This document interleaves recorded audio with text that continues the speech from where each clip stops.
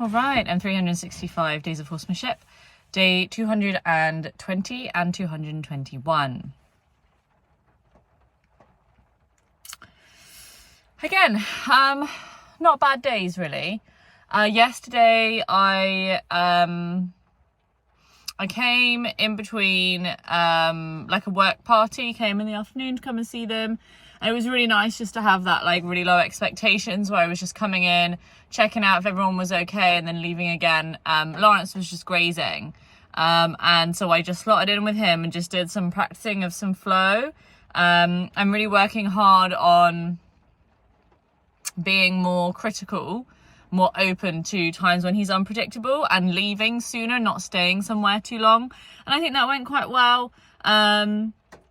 Yeah, Mia, if I'm honest, I don't remember the session yesterday yesterday. Well, it was unremarkable, if I'm honest.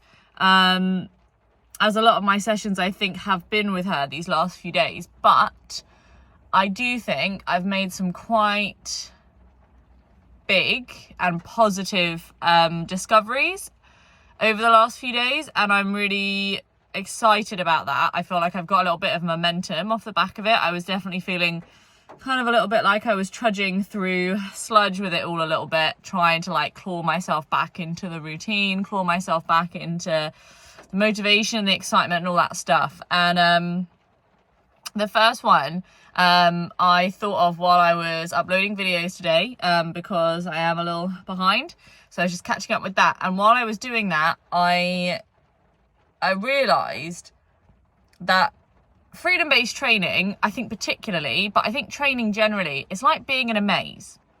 And there's all these different training programs, and they all give you a map through the maze, and they say this is the way that you go through the maze, and this is the way, and you should just do it this way, and that way is great. And that way has, you know, whatever hurdles and problems it might have for who you are and who your horse is, because ultimately, you know, every maze is different because every owner and every horse, every human, every horse is different, right? So you can have these training programs, but fundamentally at the end of the day, you are still standing there each day faced with a series of choices. Do you go left? Do you go right? Do you go back on yourself? Do you go forwards? Which way do you go? And you cannot, or I realise that I can't expect myself to be able to see the whole maze, because actually, you know, these training programs, and I've been through, you know, plenty. I've seen a lot of people's different styles of training. I've seen a lot of the ways that even within a training program, people train it different, people teach it differently, people have different priorities, people hold, you know, higher value to different bits and pieces. And, you know, oftentimes you'll see that people will go and they'll learn initially from an instructor. Like, I think the Pirelli program is a really good example of this. Like, a ton of like sort of past Pirelli instructors now have their own businesses, their own, not models and programs per se, but they've moved away from that program because of the fact that they wanted to expand themselves in some way, or in some way that, as always is the case, you know, humanity and experience of consciousness, you know, horses, animals generally live on a spectrum. So no amount of tiny little boxes is ever going to be enough to suit every single one of those characters. And so I think, you know, people build their own maze in the end. They build their own maps and their own senses of direction and their own internal compasses of where they're going and where they want to get to. And they're able then to sort of organically make those choices based on like all of the training they've ever had as a toolbox, rather than, you know, one specific map, right? And I think I definitely do that. I definitely quite quickly will drop out of a training program consistently, for better or worse. I've just always, I think, found that I would find situations where I felt like it didn't exactly fit myself and my horse that day.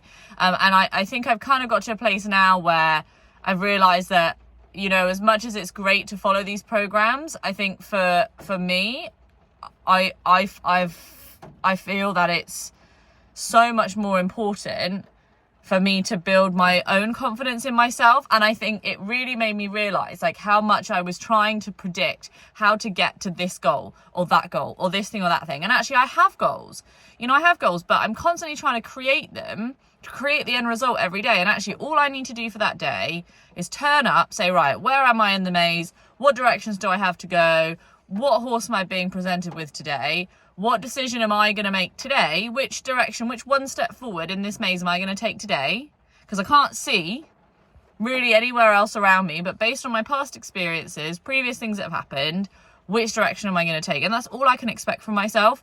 And I think that was a really big realization, because it just helped me to realize that I need to find that confidence within myself, because like ultimately I think it's so important that people, learners generally, are able to make their own decisions, because it's only by following your gut instinct that you learn when it's right and when it's wrong.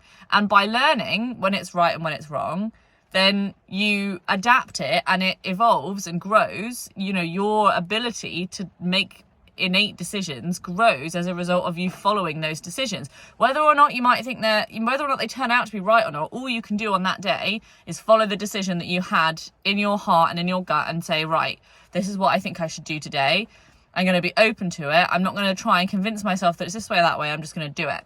And so that was a really big milestone. And I think I really brought that into my session today, is I really just came and I turned up and I thought about it, and it's raining here and it's cold.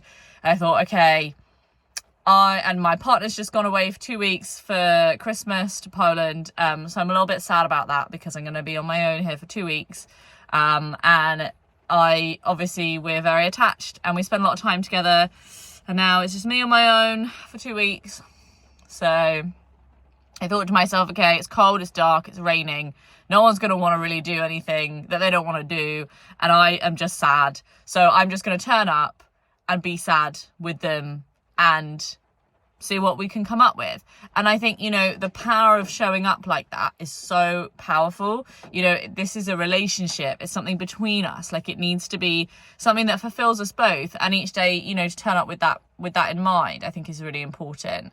And I think kind of following on from that, how do I now go on and make progress? And I think it's just about, I think my ego has really shrunk this year. Don't get me wrong, I think it still has a long way to go, but I can definitely feel that I am less defensive about trying to construct the truth about what the situation was, what this experience has been, and trying to twist what I actually observed into the story that I want it to be in my head. And actually, I'm much more open now to, okay, so today, for example, Mia was sleeping, standing up, they're all resting, and I came and I walked and I found a good spot, and then I took another step in towards her, and I noticed that she started shifting her feet quite a lot.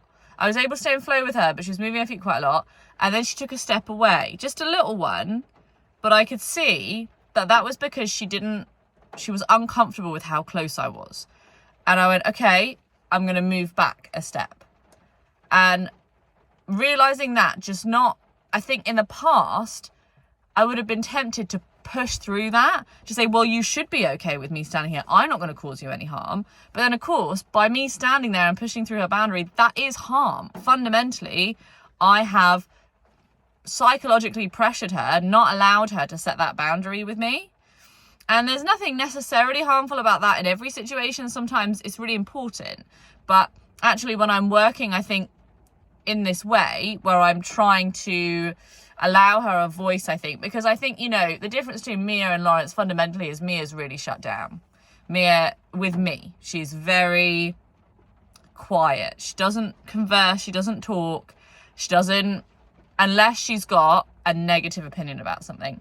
Whereas Lawrence will look up, he'll say hey, he'll be curious throughout the session to varying degrees, but considerably more than Mia. And so I think, I just really need to have this overarching goal with Mia that I'm looking at boundaries. And I think it's good, because I think there's space for me to both have these dominant sessions where I come in and I initially spend some time just being in flow, and then we halter and we do something, and I get as far as I can with it in that session, and we try and make it as good as possible. And it's just, this is what we're doing because I've said that's what we're doing, and it's going to be okay, and I'm going to keep you safe. Trust me. And then other sessions where I say, let's talk about you today. Let's talk about your boundaries, and really try hard to create those moments where I've noticed, where I've given her a voice. I said, okay, that's fine, I'll step away.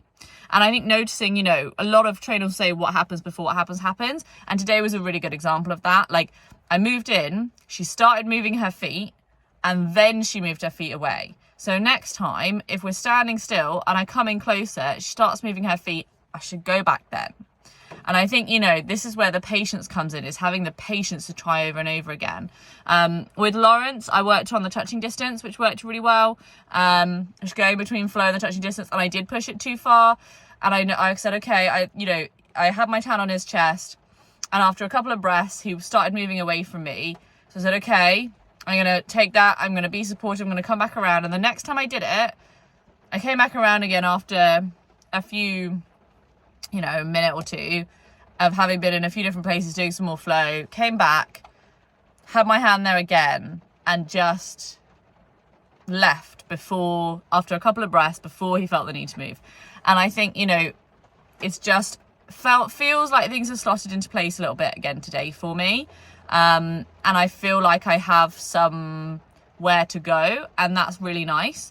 I'm really sad that I'm going to be alone without my partner for the next couple of weeks. But I also am aware that he's incredibly distracting. It's incredibly tempting to go home as soon as possible and snuggle up in bed for hours on end together, as we want to do, and talk about nothing and watch Hell's Kitchen or whatever it is we want to watch together. And I think having these 2 weeks without him is going to be good for me in some senses, because there's nothing else to focus on except the things that I would like to do. There's no motivation for me to go home to an empty house on my own. So I'm like looking forward to having this clarity of mind, I think, and this extra bit of motivation to be with the horses is a really nice silver lining. Because definitely, this time of year, it's not as motivating to be outside. But I think these next couple of weeks, it'll be better. So easier for me to make that choice, definitely, while away the hours, while I wait for these next 2 weeks. So yeah, so I feel good, actually. I do feel good today. Yeah.